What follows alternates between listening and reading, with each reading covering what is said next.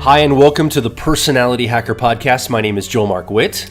And I'm Antonia Dodge. And today we're talking about feedback, getting feedback in the world and getting, response from the world in a way. Mm-hmm. But what do we mean by feedback? What are we talking about? Well, I know what we're talking about, but our audience doesn't yet. So let me use an example of what we mean by feedback. Certainly. So we know a business owner who, through just determination and strength of will, built a business from the ground up.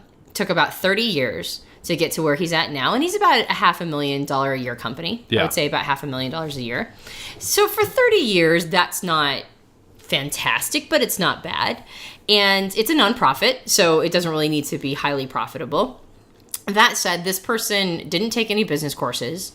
They never, ran a business before. They had never been in the business world. This is the only business they've ever done. And so they brought it up to a pretty, respectable point considering how much they didn't know about business. That said, their business has outgrown their skill. They're at a place right now where they're really not sure if they can run it anymore because it's beyond their current skill level. And one of the reasons why is they were very hands-on the entire building process. Like when they built this business, the entire time, they've been the person who runs everything personally. They've got their fingers in all of the pies in the business. And now they're at a place where it's outgrowing their individual ability to interact with all components of the business. And so it's basically outgrowing them as a person. And they're having trouble with this. They don't understand why everything worked before, right? Like just as sort of a one-man band with a bunch of, like a few employees and, quite a few volunteers, they were able to do it on their own. But now everything is sort of breaking and they're not quite sure what's going on. They don't understand what's breaking. Well, one of the interesting things about this situation is I've noticed that their ego is grafted to the success of this business. Yeah. And if for any reason something goes wrong, they have a very hard time accepting any feedback that maybe they're not ready for this level of business, or maybe they need to gain new skill to be able to they've scaled up and their skill level is tapped out, and maybe they need to get more skill in order to get to the next level.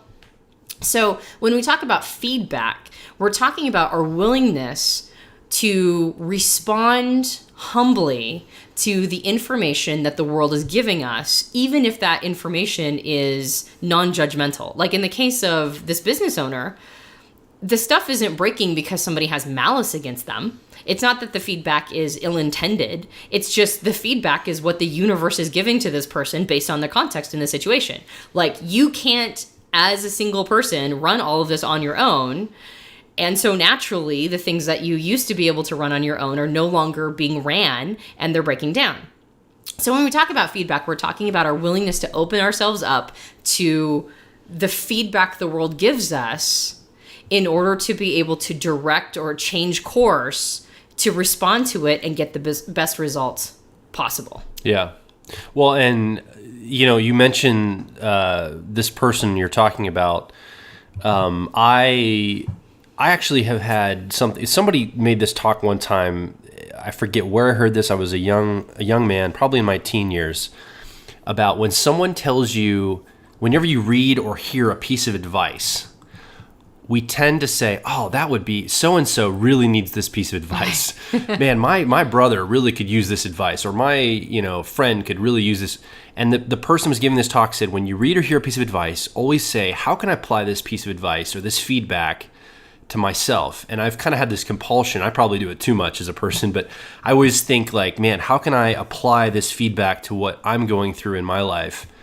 Almost to a fault. I think there's a happy balance here, but we tend to, as humans, and I used to do this all the time. I used to get something as a feedback like that I could totally use, and I used to project it onto somebody else. And so I see this all the time in kind of what you're talking about. Somebody says something and you're like, oh, that could be great for this person. My wife or husband needs this, man. This would really revolutionize their life. When it might be the very thing you need as a person. So when you're talking about feedback, why do we have a tendency to why do you think, or in your observation or study, do we have a tendency to either reject advice or feedback, or we take it and we're like, oh, that's great, but it's applicable to this person, not me. Why do we do this as humans? What's going on there? Why are we resistant to feedback sometimes? What is it that's happening in this situation? Well, I'm not an expert on this particular subject. I'm not interviewing you. Yeah. I'm seeding a conversational thing talk. Okay, good. All right, now I need you to answer this. Yeah. And if you don't answer it elegantly, you're out. Here's the pen. Yeah. So my observation has been that, okay, I think a lot of things go back to ego. And by ego, I don't just mean pride or anything to that effect. I mean, like, the part of us that wants to live, right? Like, the part of us that has identity, the part of us that, like, my ego is named Antonia. And Antonia wants to live. Antonia wants to be right. And if Antonia is wrong, then Antonia's status or competence or whatever it is that Antonia is relying on to be able to survive in the world gets threatened. And that might threaten Antonia's very existence. Now, this is all really deep programming stuff, right? Like, this goes way, way, way, way deep. And so it's not necessarily accurate, but our unconscious mind doesn't care if it's accurate or not. It just cares whether or not we're being threatened.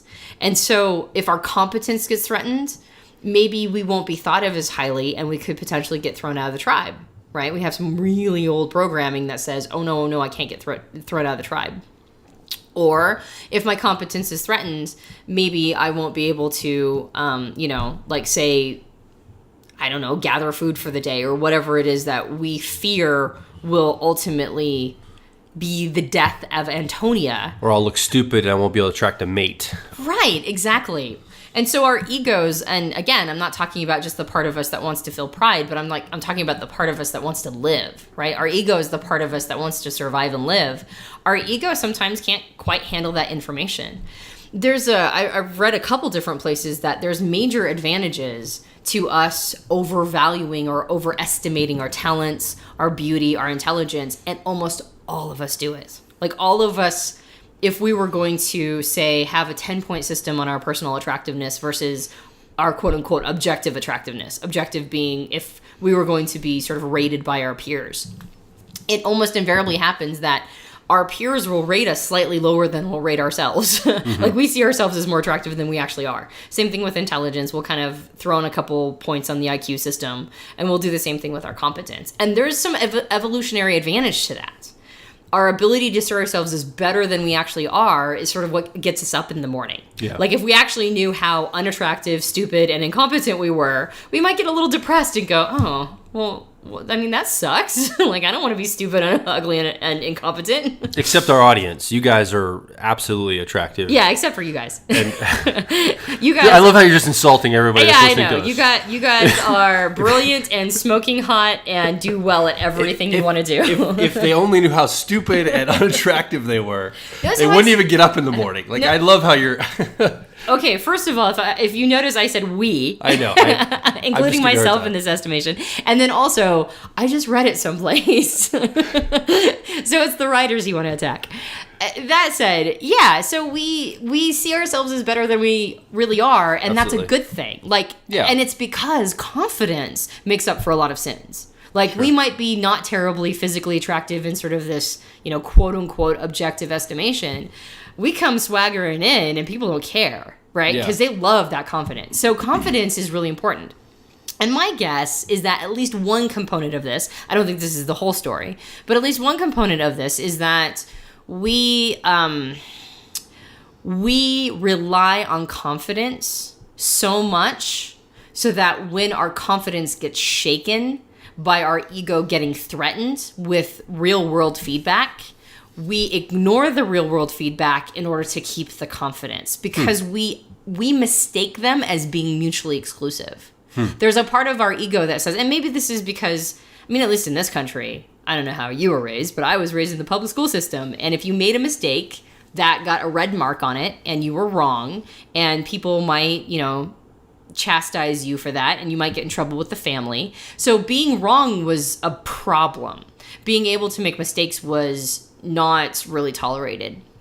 And so our ego picks that up through years of socialization and goes, being wrong is not acceptable. I'm not allowed to be wrong.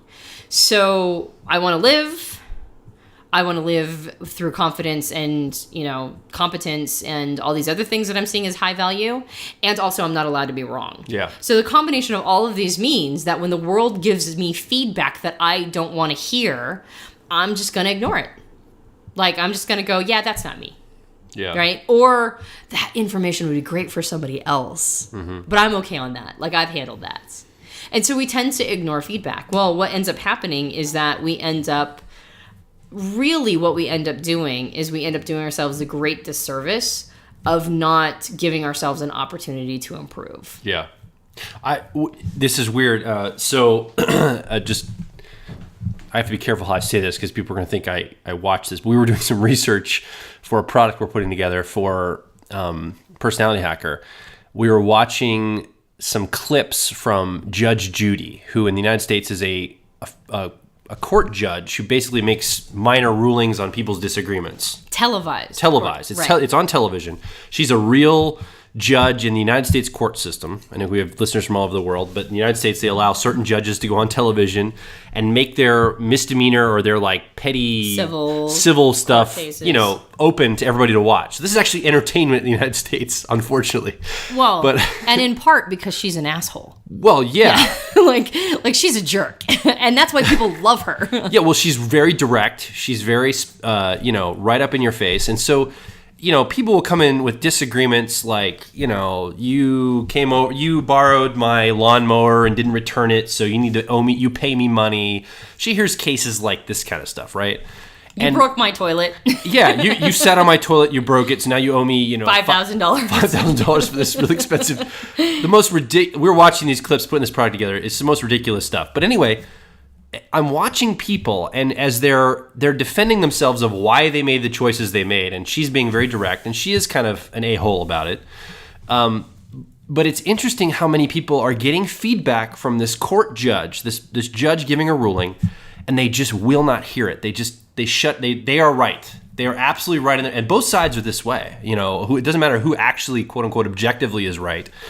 They're both thinking they're right, and neither side is taking the feedback and saying, maybe I was being blah, blah, blah, and like internalizing this to say, I can learn from this feedback. Mm-hmm. It's like they're making a stand. They're absolutely right. The judge is wrong. The other side is wrong. The whole world is wrong. Mm-hmm. I'm the last person that's right in this world, and that's it. Period. Yeah. Case closed. That's it. It's so fascinating to see how strongly people are holding on to their positions in stupid, petty stuff. Mm-hmm. And this is stupid, petty stuff. Can you imagine if it's a position that actually mattered in the world? Right. Like life or death stuff. Yeah, or something that involves your children or your business or, so many people have these positions and like, I'm absolutely right. I don't want to hear any feedback to, if you give me anything that says that I might be wrong or I'm seeing this in a wrong way or I'm seeing this just in a different way than you're a complete, I'm going to write you off. I hate you, go away, that kind of thing. Like there's so many people that are like this. It's so frustrating to me. Yeah. Well, and I think what's even more common than somebody getting their back bowed is just simply ignoring it. Mm-hmm. Like if the universe gives them feedback that they don't want to hear, they just ignore that. Well, that just didn't happen. That person's a blah, blah, blah, so I don't have to listen to what they say. Right. And there's some justification for why the source is not a credible source, and so they don't have to hear the information. When what's interesting is that information and its source sometimes has no correlation to each other's validity. Like a very discredited source might be speaking truth, and a very credible source might be speaking untruth. So listening to feedback doesn't necessarily mean only finding a credible source that you agree with or somebody that you have personally vetted. Now, there is some correlation there. If somebody is, wearing an aluminum foil hat and is talking about, conspiracy theories and that sort of thing, you might give them less credence for what they're saying, the feedback they're giving you. By the same token, they could be right. Yeah. So we do. I mean, there is validity to vetting your sources. That said, that doesn't mean that all the feedback that's coming at you has to be from a massively credible source in order for it to be true.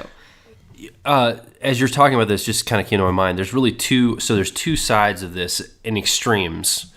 There's the side that we've been kind of talking about where you either ignore or reject the feedback coming at you. So somebody says, hey, it doesn't matter the source, like you're talking about.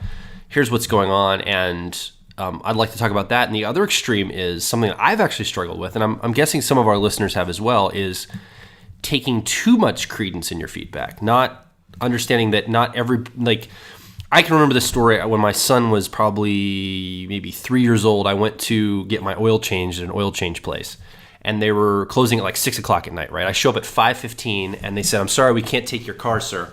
We're closed for the night. And I said, closed for the night? It says on your website, I just drove like 30 minutes to get here. It says on your website you close at 6. I was here 45 minutes early. I really want you to change my oil. Like, I made a point to come here. I can't come another day. I have work and other things, and I had my son with me. And I remember being really, I would say, politely aggressive with the person. And I eventually got them to change my oil that day.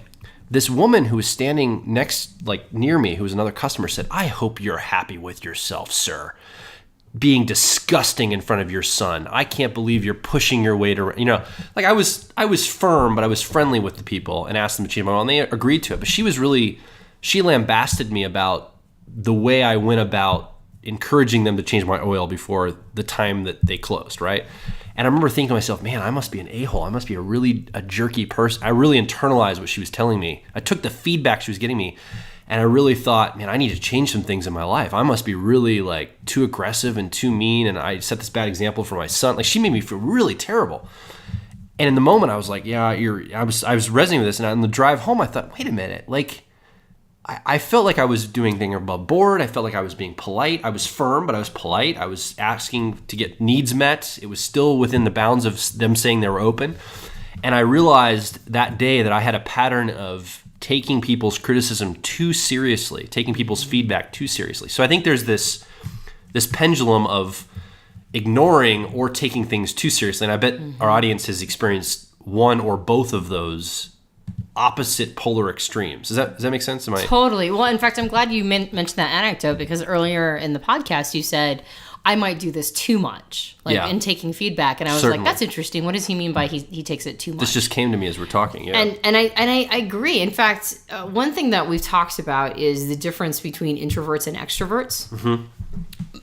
One of my frustrations is not all that frustrating, but one of the things I've noticed is that people actually don't know the difference between an introvert and extrovert. They think they do. They're words that we throw around all the time. You are going to explain it now, right? Yeah. Okay, good. Yeah, well, that's my mission.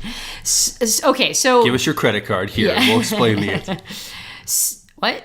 What did that mean? Like, we'll have a product around it. So yeah. We'll send people to buy something instead of just telling them now. That's right. I'm not going to tell you the difference. You have to go buy it. But we will tell you the difference for free.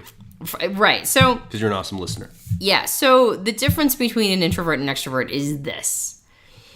For an introvert, the inner world is the real world. Mm-hmm. And for an extrovert, the outer world is the real world. And that's the actual difference. So a lot of the things that we believe are introversion and extroversion are behaviors that come from this like hardwired sort of arrested in foundational belief system. For an introvert, the inner world's the real world. For an extrovert, the outer world's the real world. This is one of the reasons why introverts, by the way, need plenty of alone time. What do you mean by the words inner, the real world? So...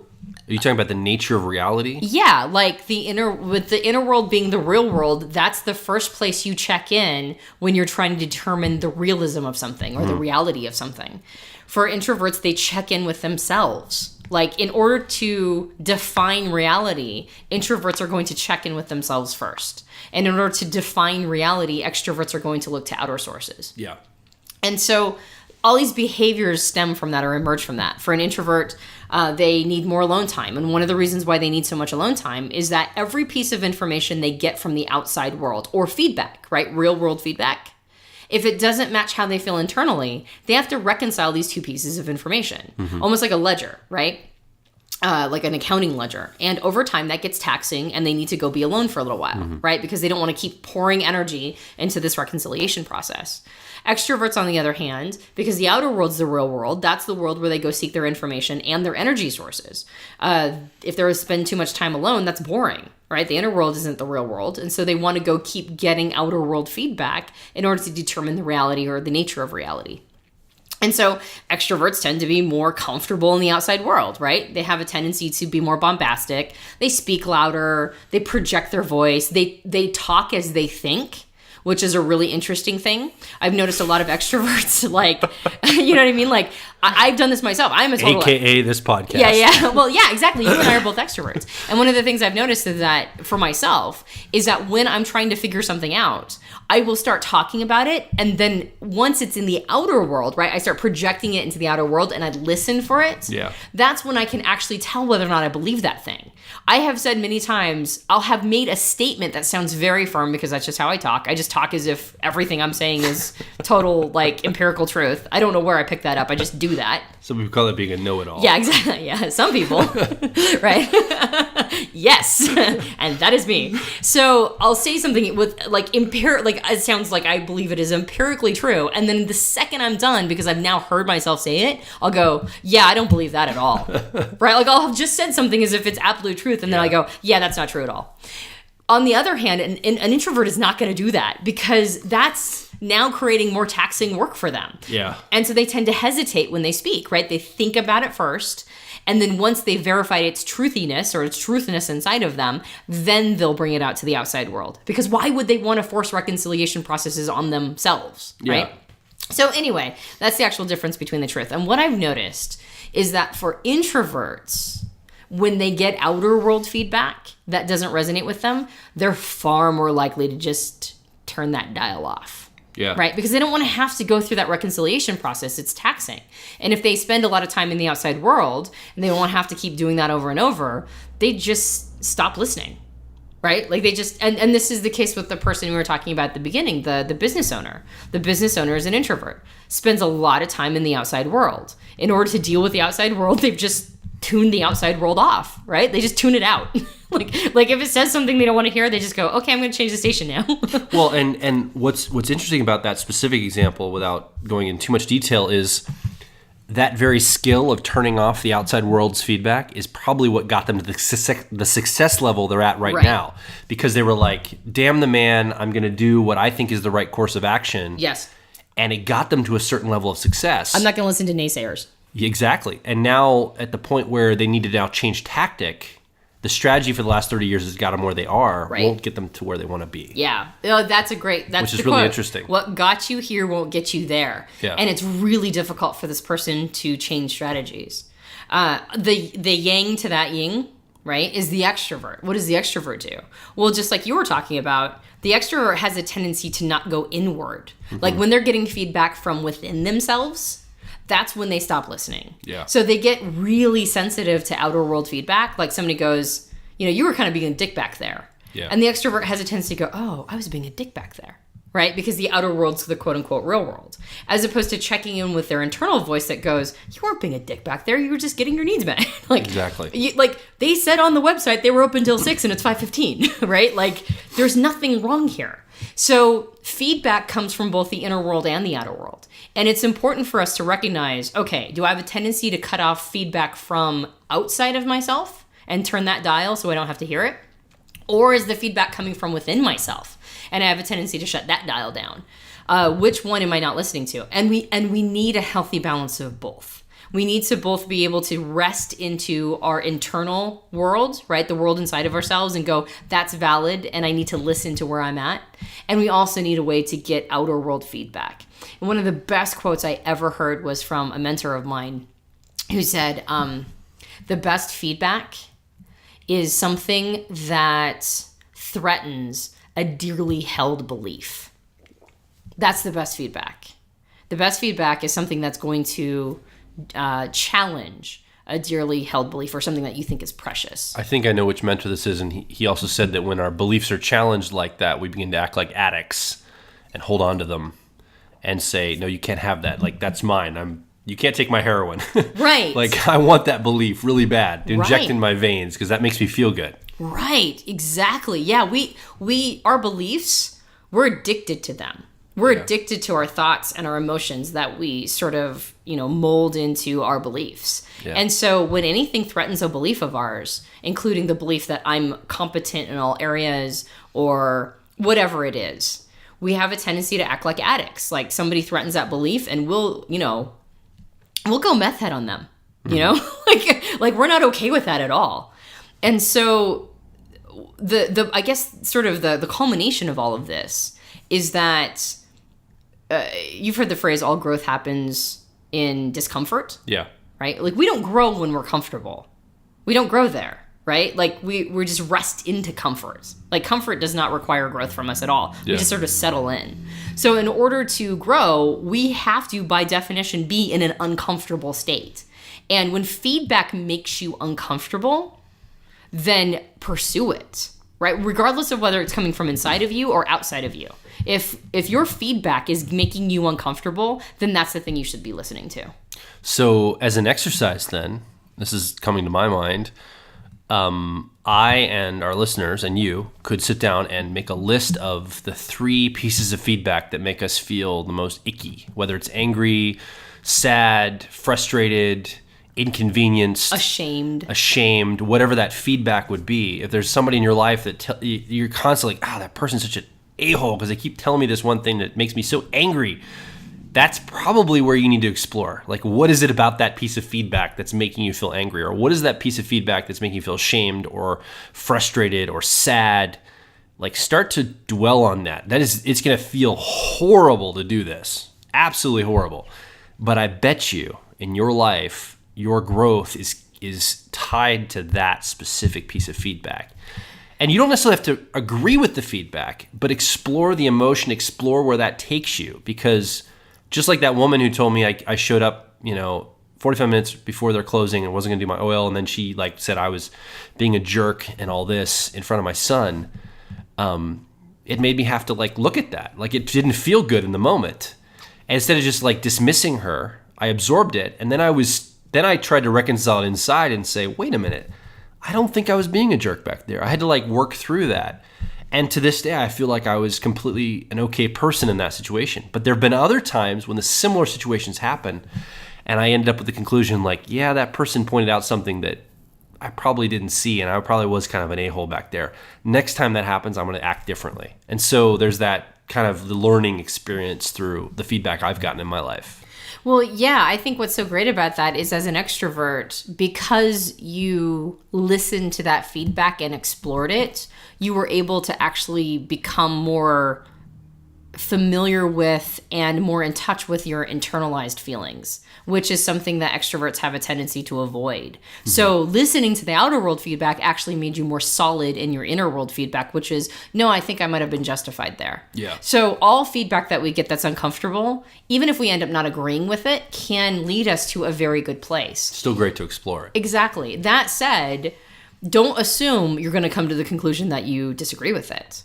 You might actually agree with it. And here's something that I find really interesting, and that is whenever we hit a moment of cognitive dissonance. Ooh. Yeah. Cognitive Big words. Yeah. Cognitive dissonance is when we experience stress because we are holding 2 opposing beliefs. Now, this is different than being able to run 2 simulations in your mind. 2 simulations is okay, so I'm about to go do this thing. Excuse me. Here's a better example of 2 simulations. I was having a conversation with my brother, who is a hardcore materialist, right? Total objectivist, hardcore materialist. And I'm not a hardcore materialist, right? I'm very intrigued by the concept of solipsism. I'm very intrigued by the concept of the Hindu concept that we could all be shared plasma in some part of, or shared consciousness in some plasma in the universe, and this is all Maya or the Great Deception that we're all projecting. Okay, I don't believe that, but I think it's interesting. So I can run 2 simulations in my mind, one that this world is firmly materialist and there's nothing else going on beyond it, and I can also hold the simulation in my mind that we're all projected consciousness, or a projection of shared consciousness someplace in plasma and somewhere in the universe. Mm-hmm. Okay, so those are 2 simulations in my mind. I have no belief in either of them, right? There's no belief. These are not opposing beliefs. They're opposing simulations that I can hold at the same time. However, if I believed both of them, and by believed I meant I was emotionally attached, I acted upon these beliefs. One of them, because they're diametrically opposed, one of them would be winning out over the other. Sure. Right? But if I was invested in both of these beliefs, that would create some stress in me because then I wouldn't know which way to go. Do I act on my materialism or do I act on my solipsism, right? Okay, so that's a very abstract example of how this can work. One of the ways that I've seen dissonance happen in people most often, and this is not to pick on any particular religion, but I've observed that people who are fully religious, I have noticed that I have had friends who are deeply religious, but there's a part of them that thinks that it might not be true, right? Like there's a part of them that goes, I think this might be BS, right? Yeah. That creates a lot of cognitive dissonance. That creates a lot of stress because they'll have thrown so much of their resource into the religion being true when they have this niggling feeling in the back of their mind that they keep trying to shut out, that this is not true at all. I should not be living this life. I should be doing something completely different. I am wasting all of my time and energy. That is not to say that the religion is not true or it is true, right? It's not to say either of them. It's about their belief. It's the belief that it's both true and not true at the same time. It's the conflict. It's the conflict, right? And so that's cognitive dissonance. One of the things that I've noticed that happens when people don't fully receive feedback and think about it is that feedback will sometimes give them niggling doubts about something that they think they believe fully. And that will create a dissonance inside of them.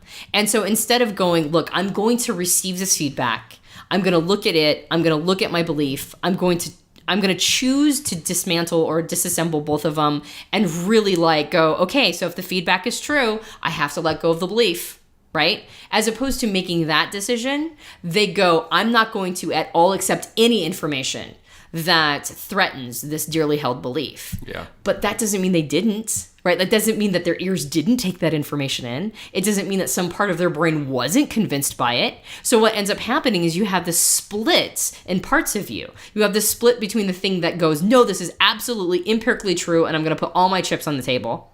And this part of you that goes, oh God, it might all be bullshit. Yeah. And I'm wasting all of my chips, right? Like all my time resources. And now you have sort of this split personality going on, and that creates massive stress inside of you. I'd say it creates massive unhappiness also. Oh, totally. Unhappiness, stress, like all this mental allocation to both sides. Weird behavior that makes no sense because you're buying into something you don't totally believe, and then now you're like, oh man. And yeah. I mean, man, it's like it creates so much stress, I guess, in your life. Totally. Well, I was actually there in a level of massive cognitive dissonance in my mid-20s. And because I was so unhappy about it, I projected it onto everybody else. Like, I actually ruined a marriage over it, thinking that there was something wrong with my first marriage, when really it had nothing to do with my first marriage. I just couldn't accept that I was in a state of cognitive dissonance about a paradigm. Yeah. And so it can get really ugly. So one of the most important pieces of feedback is going, this might threaten a precious belief. Right? Like, this might threaten something that I don't know if I can live without. But by the same token, the way out is through. Like, you've got to get to that place. You've got to get to a place where you can accept that feedback and really listen to it. Even if you decide that it's not true, listening to it and really reconciling, okay, do I believe this? Do I not believe this? Is so much more important than believing that you've shut it off. Because there's a part of you that's listening.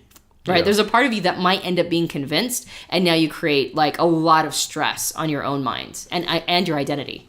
I'm guessing that what we're talking about then is being willing to hold things a little bit more loosely, because feedback is always going to challenge what you believe. It's always going to challenge what you think. It always is going to challenge where you stand. And I guess, and as my personality, I have a personality of wanting to be convicted about things. That's how I'm wired. I want to be convicted that this is the right course of action. This is the right decision. And my challenge in hearing feedback is to say, I might not have that dialed in as much as I would hope or think I do. And being willing to hold my rightness a little bit more loosely. And man, it's one of the most frightening experiences I've gone through as a person, because it leaves you in a place of a little bit of not knowing. You're kind of in a limbo space, which is very frightening for people to be in. And I think that's probably why we like to reject feedback and stay with what we're comfortable believing and knowing, because the enemy I know is better than the enemy I don't, kind of thing. You know what I'm saying? Yeah, totally. Yeah, I agree. I think it can be very unsettling to come to the conclusion that you might not know. And when you have your beliefs threatened, I mean, it's really interesting that you say that you're always going to have your beliefs threatened. You're always going to get feedback that doesn't confirm what you believe. It's rare when we don't. Like, I notice that people will seek out people who will say the thing that they would have said exactly the way that they would have said it, and only listen to them as credible sources. Yeah. Those people are very rare, though, because none of us really have it fully dialed in. Like, none of us do. That's why we're always going to get feedback that disagrees with how we see things.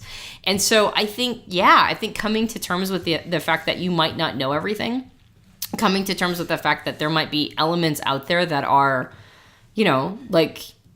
that you just don't know. Yeah. Like, you just plain don't know. Yeah. And getting to a point where you can rest into that, where you can be okay with that, actually gives you the space to see things more accurately. Because nobody really has it 100% dialed in. Nobody. Not really. Not that they can know. Not that they can prove to anybody else. Not empirically. And so being okay with, the idea of, well, maybe I don't know this. Maybe I'm not competent. Maybe I don't have it dialed in. Maybe I need to build more skill. Right? Yeah. Maybe I don't know how to run this business at this level. Right? Maybe I need to go take a couple business classes. Or maybe I need to hire somebody who has more competence in this element. Being willing to say that is actually the key to getting more competence. It's the key to getting more success, because then you don't just make the same mistakes over and over, right? You're not just on this treadmill of the same mistake because you can't admit that you could be wrong about this in the first place. Mm-hmm. You actually have your blind spot pointed out to you, and you go, okay, I accept that I have a blind spot. I accept that I might not be 100% dialed in here. Yeah. And so because of that, I'm going to go get the resource I need, or I'm going to go learn the information I need to know, or I'm going to go search out whatever it might be that I might not have been seeing up to now, and I'm going to plug that into the system, and now my system's going to work better. It's almost like this idea that, we might think of people that have, use the term higher consciousness as having it all figured out. But I think higher consciousness actually means that, from my perspective, that you realize you don't. I'm conscious that I don't have all the answers. I actually have more questions than answers at the end of the day. Right. And the feedback I get from the world helps me realize that there's things that I could still learn and improve on. And I'm okay with that. I'm okay with understanding that I might not have it all figured out, and that this feedback could really help me and those people around me. And I'm willing to humble myself and say, okay, that's interesting what's going on here. Let me look more about that. Let me figure that out. So yeah, totally. Well, and I think, like you said, I wouldn't even say 3, because 3 might be really big. Is it okay if because you said exercise is to write down the 3 pieces of information or feedback that has 1. I'm just gonna go to 1. Yeah, sure. Let's just do 1. Let's do the big one. What is the most recent piece of feedback that you've gotten from an individual, or perhaps simply the universe, right? Pisses you off. That really makes you so frustrated, or so unhappy, or so angry, sad, or so ashamed, right? Or so sad, or whatever it is that's making you squirm. What makes you squirm the most? What's the one piece of feedback you've gotten lately that makes you squirm the most? Yeah. And can you sit down and give yourself the space to think about it in a dispassionate way, in an unemotional way? Can you just go, okay, I'm just going to sit down, and for 8 minutes, because remember our previous podcast said, if you give yourself 8 minutes to fully feel or experience an emotion, give yourself 8 minutes to really feel what that emotion is, because you're probably turning it off. You're probably going into an emotion loop. And if you don't know what we're talking about, reference back to podcast number 8, I think it was, on... podcast number something. It was the podcast that we talked about emotions. Yeah. It was, what kind of emotions was it? Keep talking and I'll look it up. Okay. Anyway, so let yourself fully experience the emotion, whatever the squirm creates, anger, frustration, fear, shame, whatever it was. and allow yourself to fully experience that emotion for about 8 minutes. And then when it starts to settle, then open yourself up to the piece of information that you've been avoiding. It was the podcast on... Was it Pain versus Suffering? No, it was up there on 8. Let's see. I was on Emotions. It was most recent, I think. Smuggling Emotions. Smuggling Emotions. Podcast number 8. Podcast number 8 on smuggling emotions. Go reference that if you want to really understand this whole concept of allowing yourself to fully experience an emotion and then watch it kind of wash away. Yeah. So first do that exercise. And then once the emotion kind of sort of gets its own, sort of equilibrium, then really look at this piece of information, this feedback, and ask yourself, is this valid? Do I truly see how this can better my life if I listen to it? I know we need to wrap up, but just an observation I just had based on what we're talking about is how much feedback is tied to our emotional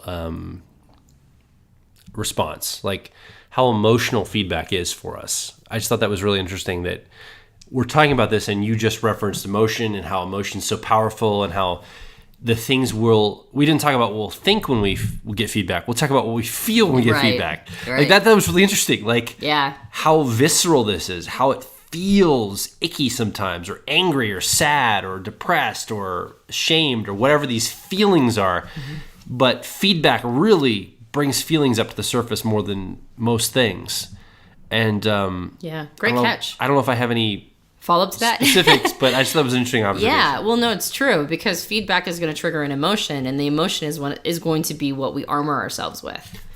Speaking of which, we want feedback. Yes, we want to feel emotion by getting feedback from you. That's right, absolutely. Personalityhacker.com. You can leave a comment, a question, a complaint, whatever you want to leave there, or you can find us at facebook.com/personalityhacker or twitter.com/personalityhack.